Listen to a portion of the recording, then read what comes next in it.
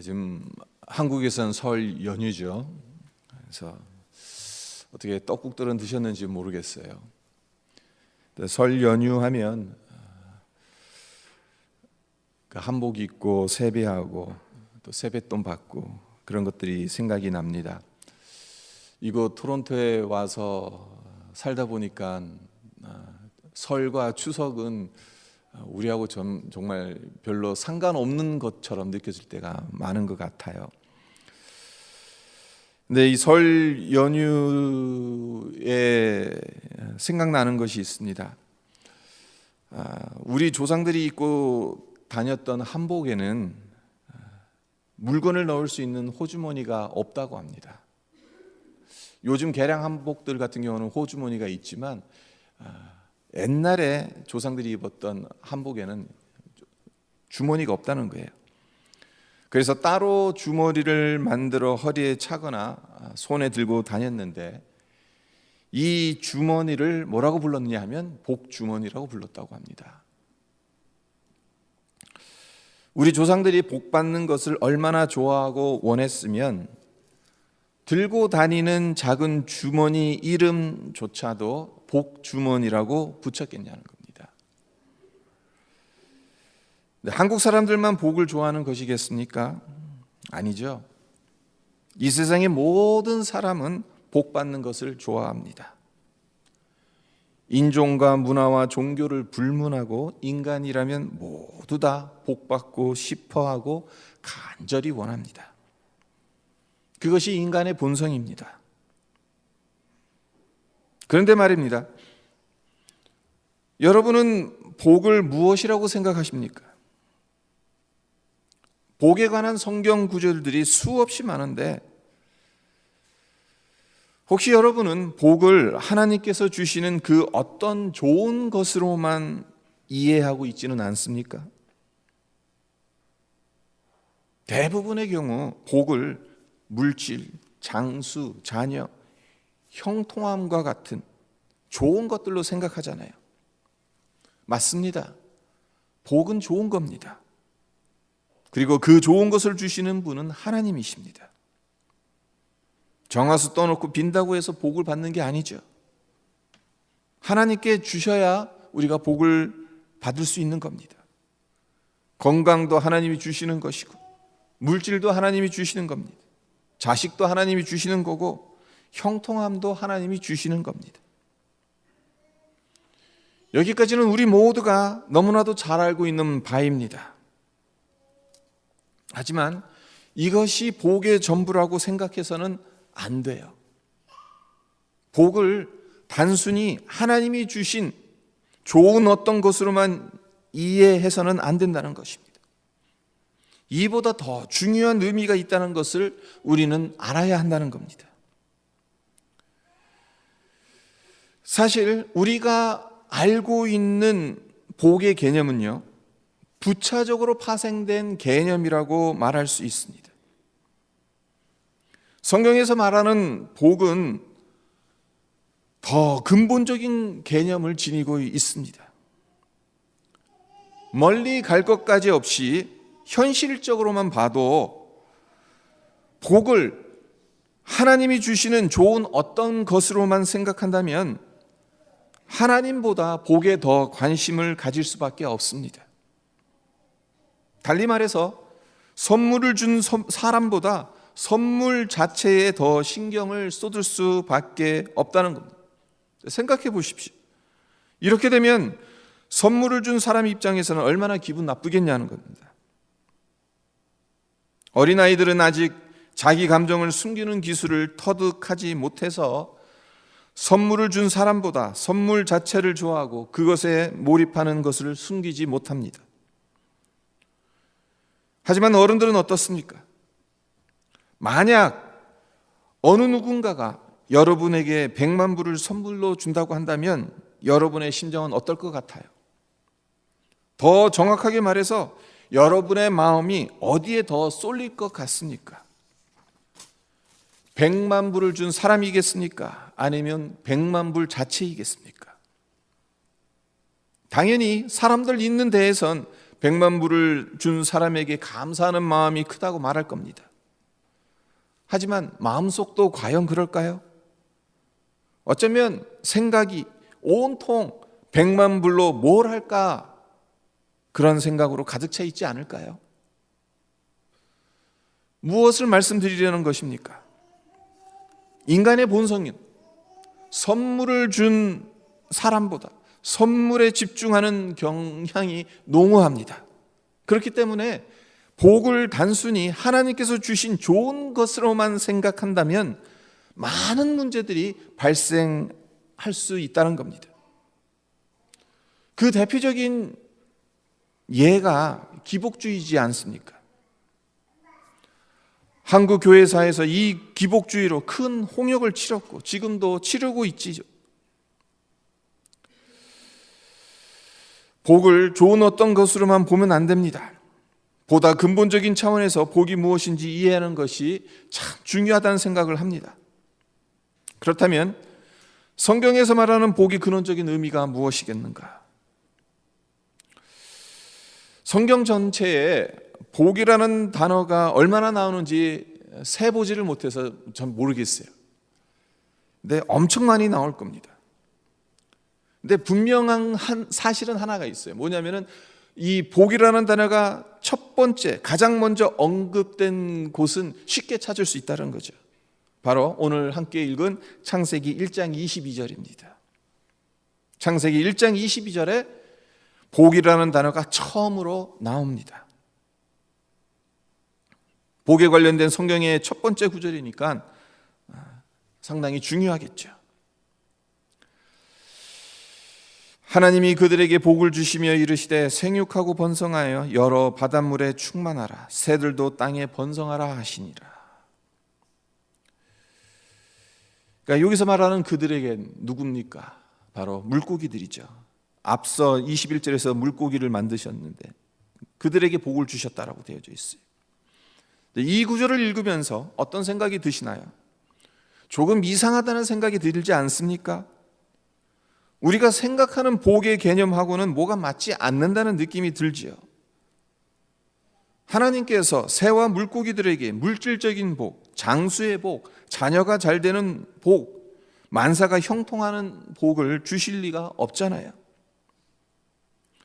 그리고 이것도 한번 생각해 보세요. 왜 복이라는 중차대한 단어를 하나님의 형상으로 빚어진 인간에게 제일 먼저 사용하시지 않고 그 이전에 물고기와 새를 창조하시면서 사용하셨을까?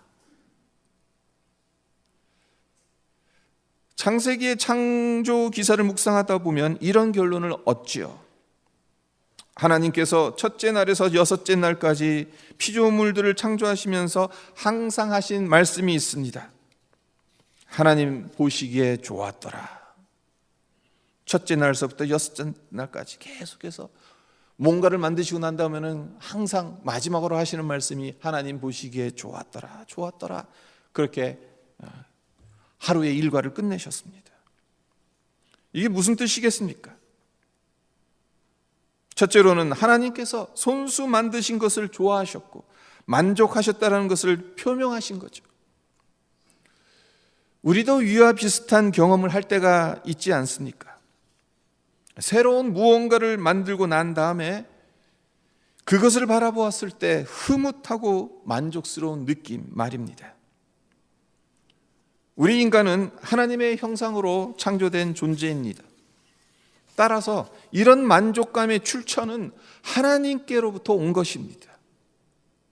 하나님이 그런 분이시기에 우리를 그렇게 만드신 겁니다. 또한 이것도 생각해 보십시오. 하나님께서 만드신 것이라면 쉽게 고장 나겠습니까? 불량품을 만드셨겠냐는 거예요. 아니죠. 하나님이 만드신 작품이기 때문에 그것보다 완벽한 것은 없습니다.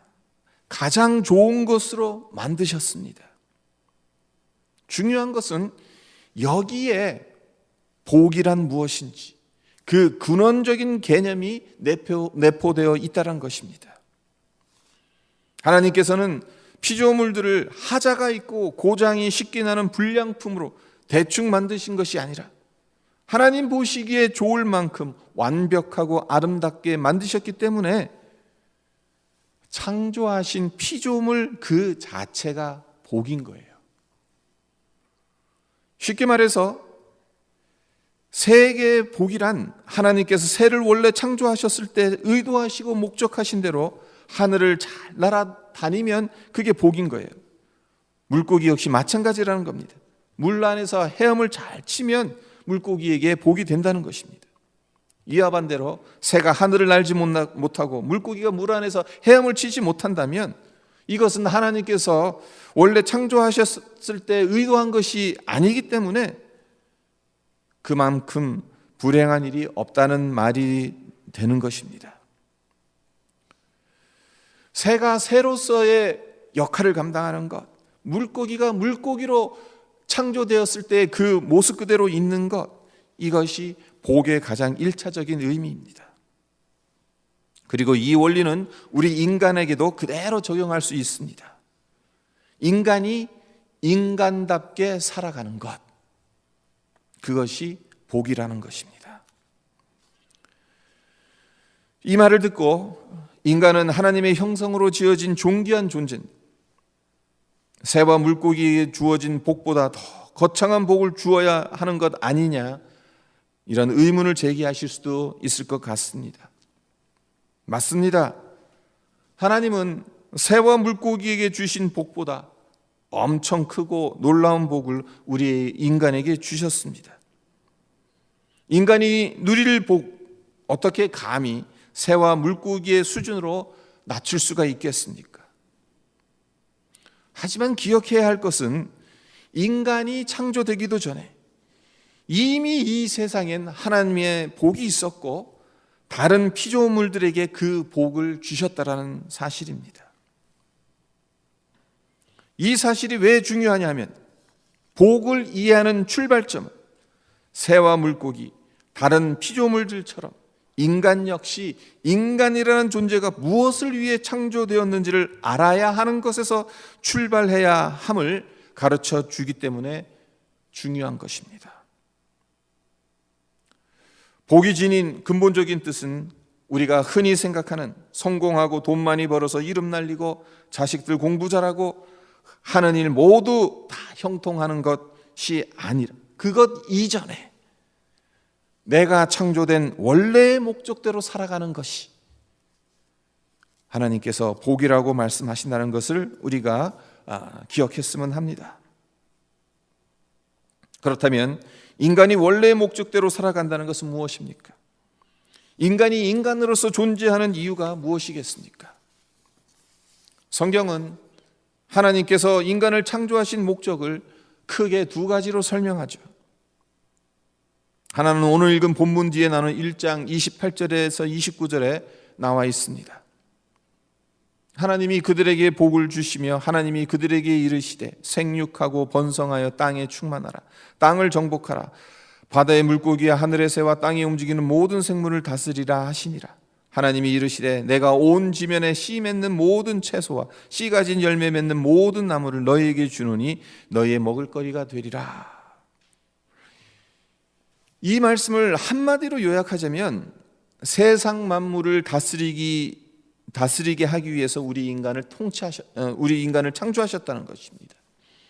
하나님께서 우리 인간을 창조하신 목적이 하나님께서 창조하신 것들을 대리해서 다스리고 관리하라는 것입니다.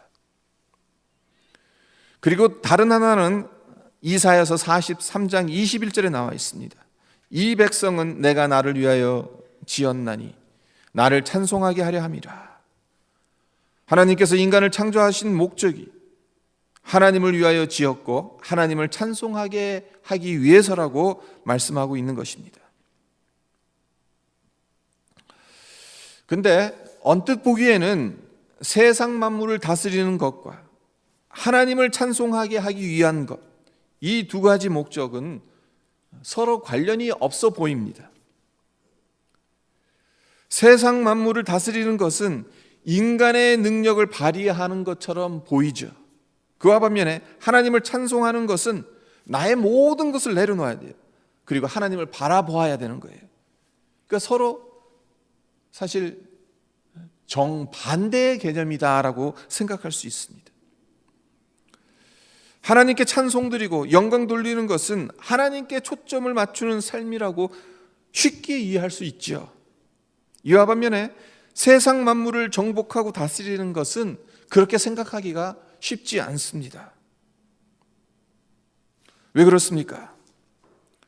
인간이 범죄해서 타락한 이유, 이 명령을 인간의 유익을 위해서라면 자연을 파괴하고 오염시켜도 된다고 받아들여 왔기 때문이에요.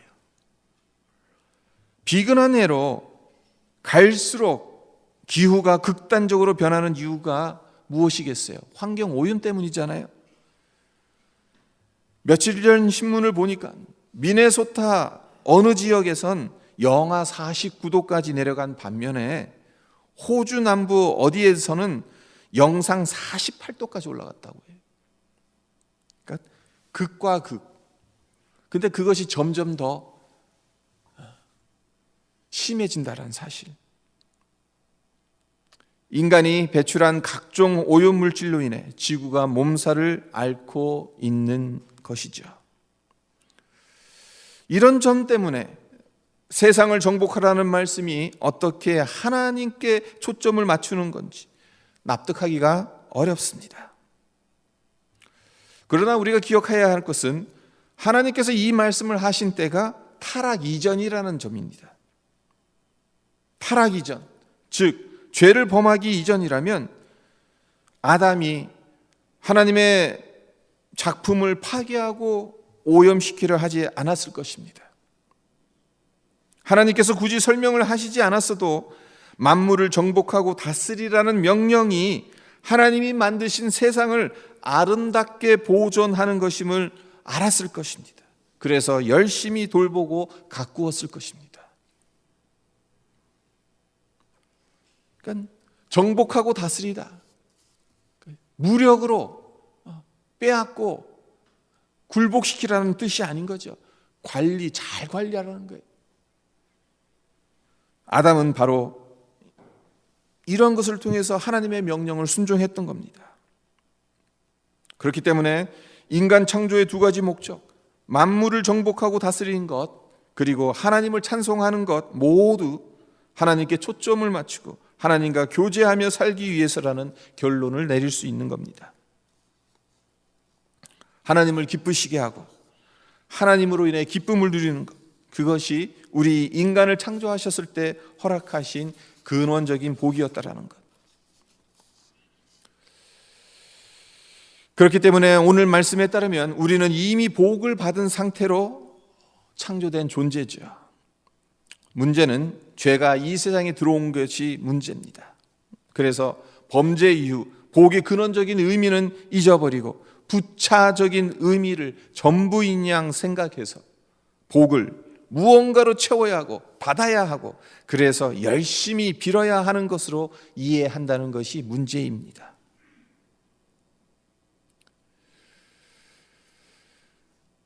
그렇다면 하나님께서 창조하셨을 때 원래 의도하셨던 목적을 상실했으니까 이 복을 우리 인간은 상실한 것인가, 이런 의문이 듭니다.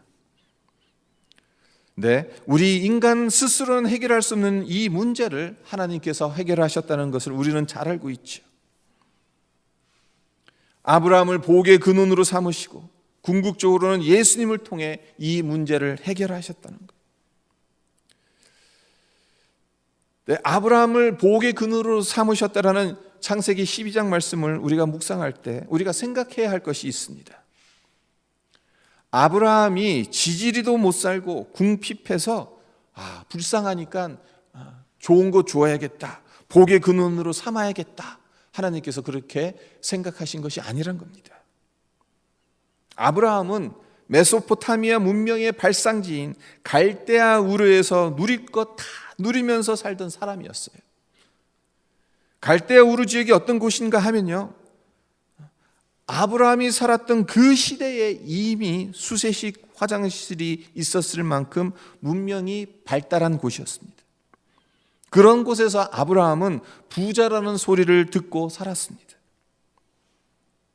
우리가 가지고 있는 복의 개념으로만 보자면 이미 아브라함은 충분히 복을 받은 사람입니다. 따라서 조금 더 큰 복을 받으려고 무모하게 위험을 감수할 필요가 그에겐 전혀 없습니다. 그런 그가 하나님께서 복을 주시겠다고 하니까 어떻게 했습니까? 그 말씀에 순종해서 본토 친척 아비 집을 떠나 하나님이 지시한 땅으로 가잖아요. 그런데 아브라함이 간 땅이 어딘가요? 갈대아 우르의 비옥한 땅보다 더 비옥한 땅이었습니까? 아닙니다. 물이 부족하고 땅은 거친 황무지나 다름없는 가나안 땅이었습니다. 메소포타미아의 문명과 비교하면 변방 중에서도 변방이라 할 수 있는 외진 곳이었습니다. 이게 어떻게 복이 됩니까? 하나님께서 아브라함에게 사기치고 거짓말하신 것입니까? 아니죠. 하나님은 눈에 보이는 부요와 안락함을 주시기 위해서 아브라함을 부르신 것이 아닙니다. 하나님께서 아브라함에게 주시고자 하신 그 복은 부요와 안락함, 그것이 아니었다는 거예요. 큰 민족을 이루는 것, 이름을 창대케 하는 것, 분명히 창세기 12장에서 하나님께서 아브라함에게 이런 복을 주시겠다고 약속하셨어요. 그러나 이런 것 역시 부차적인 것이지 근본적인 것은 아니라는 거예요. 하나님께서 주시려고 했던, 아브라함에게 주시려고 했던 근본적인 복은 다름 아닌 복 그 자체였어요. 그래서 창세기 12장 2절을 보면 아브라함에게 복이 되라고 말씀을 하시죠.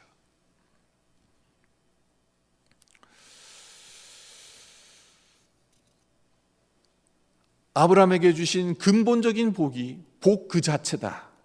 좀 무슨 말인가 이해가 안 되실 수도 있겠는데, 앞서 근본적인 복이 무엇이라고 말씀드렸습니까? 복이란 새가 새가 되고 물고기가 물고기 되는 것처럼 인간이 인간이 되는 것이라고 말씀드렸습니다.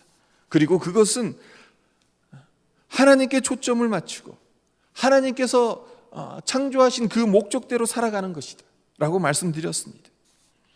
그러니까 지금 하나님께서 너는 복이 되라라고 명령하시는 것은 바로 이것을 회복하라는 것입니다. 하나님께서 이것을 아브라함을 통해 회복하시겠다는 것입니다. 죄로 인해 타락해서 복의 근본적인 의미를 상실한 인간, 그래서 더 이상 자신의 힘으로는 복의 본질을 이해할 수도 없고 회복할 능력도 없는 인간, 그런 인간들 중에 한 사람을 불러내셔서 그 복을 회복시키시는 구속의 역사를 하나님께서 친히 진행해 가시겠다는 말씀입니다. 그리고 아브라함에게서 시작한 하나님의 이 엄청난 계획, 아브라함의 씨로 오신 예수님을 통해 복의 본질을 회복하셨고 완성하셨음을 우리가 알잖아요. 예수님의 삶이 어떠했는지 보십시오. 이 땅에서 복된 삶이란 무엇인지를 분명하게 보여주셨는데, 그것이 이 땅에서 잘 먹고 잘 사는 것이었습니까? 아니잖아요. 오히려 고난의 삶을 사셨습니다. 가난한 목수의 아들로 태어나서 가난하게 사셨습니다. 저주의 나무인 십자가에 매달려 죽으셨습니다. 이것이 어떻게 복된 삶입니까? 이것을 복이라고 어떻게 말할 수 있겠습니까? 예수님이 사셨던 그 삶은 우리가 생각하는 복과는 거리가 멀어도 한참 멉니다. 하지만 예수님은 하나님 보시기에 복된 삶을 사셨어요. 인간 보기에는 지지리도 복이 없는 것처럼 사셨는지 모르겠지만 하나님 보시기에는 복된 삶을 사셨어요. 하나님께서 인간을 창조하시면서 원래 의도하셨고 목적하셨던 대로 하나님과 동행하며 십자가에 못 박히시기까지 순종하는 삶을 사셨어. 그래서 하나님께서 보시기에 예수님의 그 삶이 복된 삶이었던 것입니다. 복으로 깨닫고 누리기 위해서는 다른 것이 필요 없습니다. 하나님과의 관계가 회복되어져야 합니다. 하나님께서 우리와 함께 하셔야 합니다. 성공해서 이름 날리고 돈 많이 벌고 자식들 공부 잘하고 하는 일 모두 다 형통하고 그렇게 되면 행복하죠. 기쁘죠. 하지만 하나님께서 우리와 함께 하셔야 복의 그런 부차적인 것들이 의미가 있는 것이에요. 그렇지 않고 하나님과의 관계가 회복되지도 않고 하나님께서 함께 하시지도 않는 상태에서 이런 것들을 아무리 많이 누린다 하더라도 언젠가는 썩어질 것들에 불과합니다. 이왕이면 다홍치마라고 하나님께서 우리에게 이러한 부차적인 복들도 많이 주셨으면 좋겠어요. 하지만 그런 것들은 본질적인 복이 아니라는 것을 우리 마음속에 새겼으면 합니다. 복의 본질은 하나님이십니다. 하나님이 복이십니다. 따라서 우리가 추구해야 할 것은 하나님을 복으로 삼는 삶이라는 것. 아무쪼록 예수 그리스도를 통해서 여러분과 저의 인생에 복의 본질을 회복하신 것. 기쁠 때나 슬플 때나 고난 가운데 있을 때나 형통할 때나 어떤 상황 속에서도 그렇기 때문에 하나님을 복으로 삼음으로 말미암아 아브라함에게 주셨던 복이 되라는 그 말씀, 그 약속과 같이 우리 자신이 복 자체가 되는 삶을 살아가시기를 주님의 이름으로 축원드립니다. 잠깐 오늘 말씀 묵상하면서 기도하도록 하겠습니다. 성경에 복이라는 단어가 첫 번째로 나온 구절이 창세기 1장 22절인데 인간에게 주신 말씀이 아닙니다. 물고기에게, 새에게 주신 말씀입니다. 하나님이 그들에게 복을 주시며 이르시되 생육하고 번성하여 여러 바닷물에 충만하라. 새들도 땅에 번성하라. 우리 인간은 내가 원하는 것, 내가 갖고 싶은 것, 내가 누리고 싶은 것, 그것이 주어지면 복받았다고 생각을 합니다. 그러나 하나님께서 처음으로 복이라는 단어를 창세기에 기록하셨을 때 그것과는 전혀 상관없는 복의 개념을 우리에게 말씀하셨어요. 그러니까 새가 되는 것, 물고기가 물고기답게 살아가는 것. 그러니까 인간이 인간으로서 왜 창조되어졌는지, 무엇을 위해서 창조되어졌는지 그것을 알고 그 목적대로 살아가는 것, 그것이 복이라고 하나님께서 우리에게 말씀하십니다. 그리고 그것을 아브라함을 통해서 보여주셨고 예수 그리스도를 통해서 성취하셨습니다. 우리가 복의 부차적인 개념들에 집중해서 정말 우리에게 복을 주시고자 하는 하나님이 아닌 복 그 자체에 더 관심을 갖고 신경을 쏟고 그런 어리석은 그 자리에 있지 않고 정말 복의 근원이신, 복 자체이신 하나님께 매달릴 수 있는, 하나님을 바라보며 살아갈 수 있는 우리 모두가 되게 해주십시오. 그래서 우리가 복으로 이 세상을 살아갈 수 있게 해주십시오. 함께 기도하는 시간이 되었으면 합니다. 기도드리겠습니다. 아버지 하나님 감사합니다. 오늘 아버지 성경에서 말하는 복의 근원적인 의미가 무엇인지에 대해서 우리에게